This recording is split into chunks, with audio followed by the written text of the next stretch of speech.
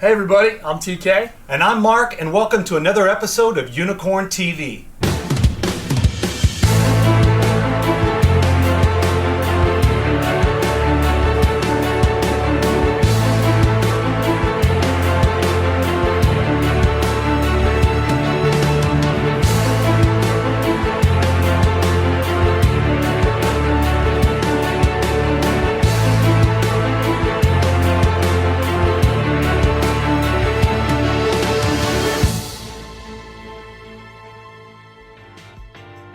Today we're going to discuss the registration process for the 2015 Boston Marathon and what you need to know to get signed up for the April event. TK, first off, how does the registration process work? Registration will occur on a rolling admission schedule, beginning with the fastest qualifiers on Monday, September 8th. At 10 a.m., eligible runners who've met the qualifying standard for their age and gender by 20 minutes or more may register. On Wednesday, September 10th, at 10 a.m., registration will open for those who have met their qualifying standard by more than 10 minutes.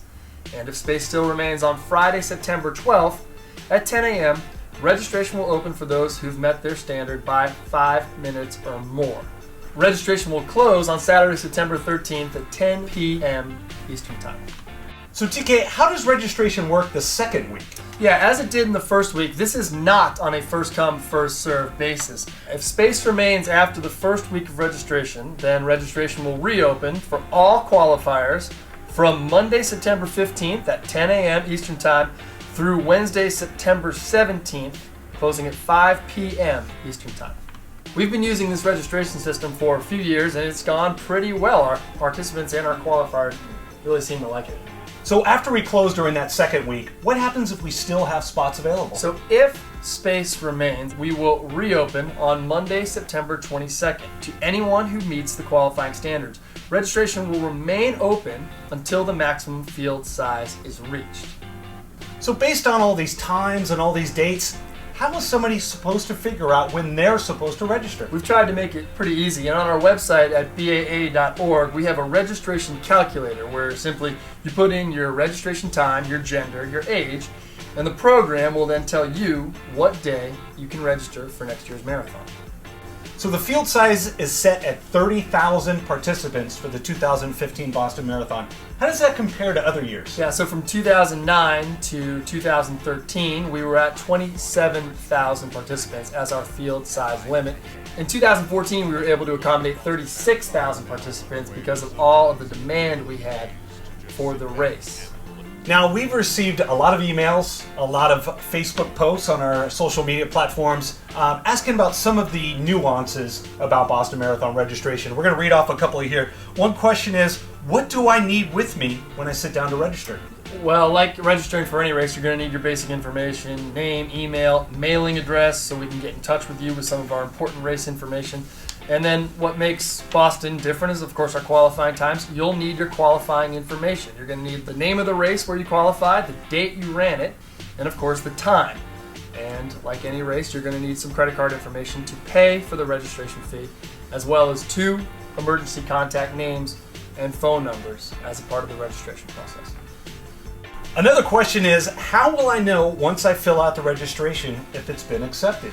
When you submit your entry form, you will receive an email confirmation stating that your entry has been received. Now at this time, you'll also receive a reference ID number. This is not a guarantee that you've been accepted. It is merely a confirmation that we've received your application, and now you will go through and your time will go through the verification process. That can take up to a couple weeks depending on the race at which you qualified.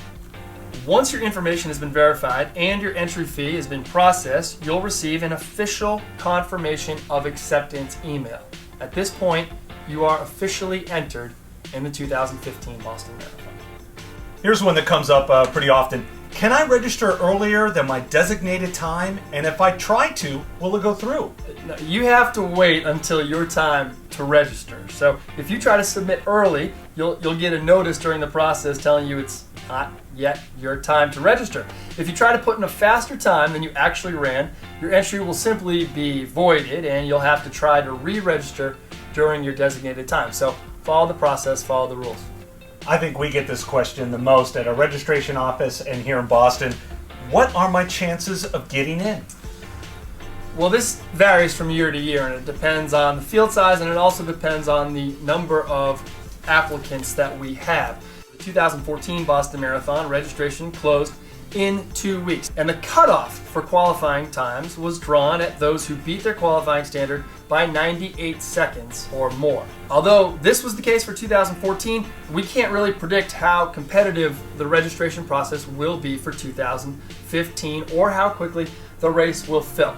So I guess we'll just have to wait and see, but we feel really confident about this registration process and how it plays to fairness. Yeah, one last tip too. Before you register, be sure that you refresh your web browser. Sometimes if you have your Windows sitting open for a couple days and then you jump in to register, that sometimes gets bogged down. So refresh the browser, get in there, type away, and get signed up.